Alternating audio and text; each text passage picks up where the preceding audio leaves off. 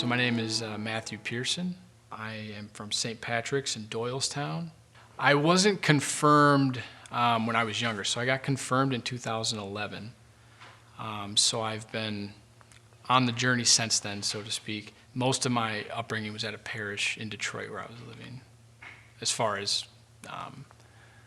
Catholic formation and working with the associate priest there was my spiritual director. So that's really kind of where I formed, proper discipline in kind of building a prayer life, building a spiritual life. One priest said, we were talking about marriage and, priesthood, and he was kind of explaining the differences. And he had said, the reason I became a priest is because I felt like I had all this love to give, and I didn't want to give it to just one person. So priesthood allowed me to give it to a lot of people. And I remember thinking, okay. And then he said, you should go to the seminary. You would love it.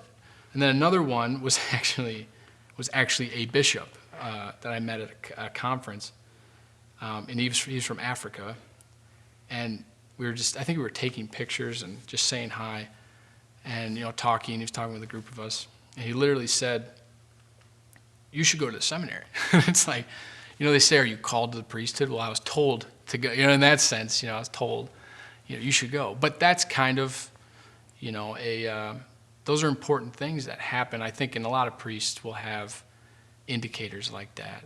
So yeah, it's a combination of things, but it's a lot of just, trusting in God and not ignoring things when they do happen, because they do happen for a reason, and good things and bad things, but not ignoring them when they do, at least taking them to prayer. So the thing I'm most excited for in the priesthood would be finding broken people, specifically broken families, and reminding them that they don't have to stay that way. They don't have to remain broken.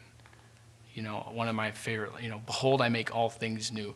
I think some people get into a funk through sin, bad choices, bad relationships. They get into a funk and they get confused and they get to a place where they don't think they can get out. And so then they just keep repeating what they know, which is usually destructive. Sometimes I think all those people need is literally just, a hug / the gospel. You need some sentimentality, but you also just need to remind them that there is a person, specifically a person, Jesus Christ, who can bring them out of that brokenness and make their life new. Because I think when you've had such a destructive family life or destructive relationships, you really start to think that this is the only way to live. And you can't even hope for something better. You're so locked in. It's like people maybe get in a car accident or something. You just replay that trauma over and over and over again in your head.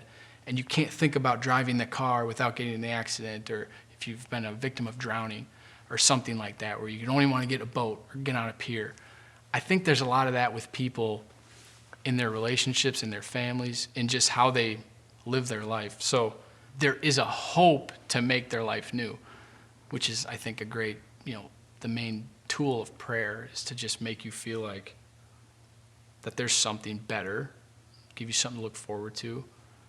And ultimately, obviously, heaven is the goal of that. But yeah, people don't even have those basic things.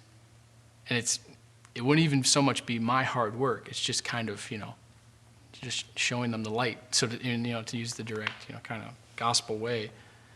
Show them the light, and then they can use the light to see in the dark. It's not like I have to hold the light for them, or anything like that. So that would be what I'd be most excited about, because I've seen that happen, and that's what our Lord wants. That's conversion. That's salvation, ultimately.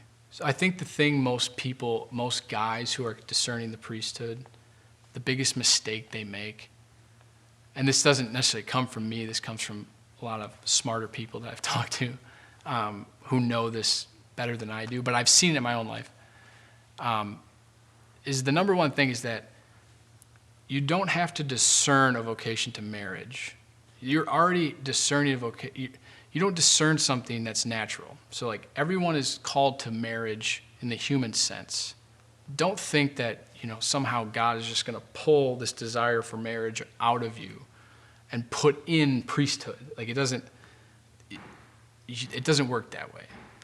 What you should be discerning is that everyone's called to the natural order of marriage.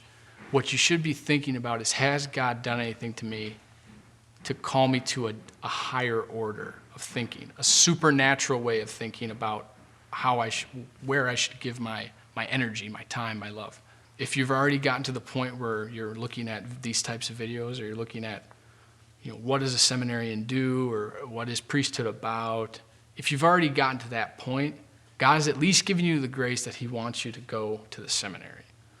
So jump in, and see what you find.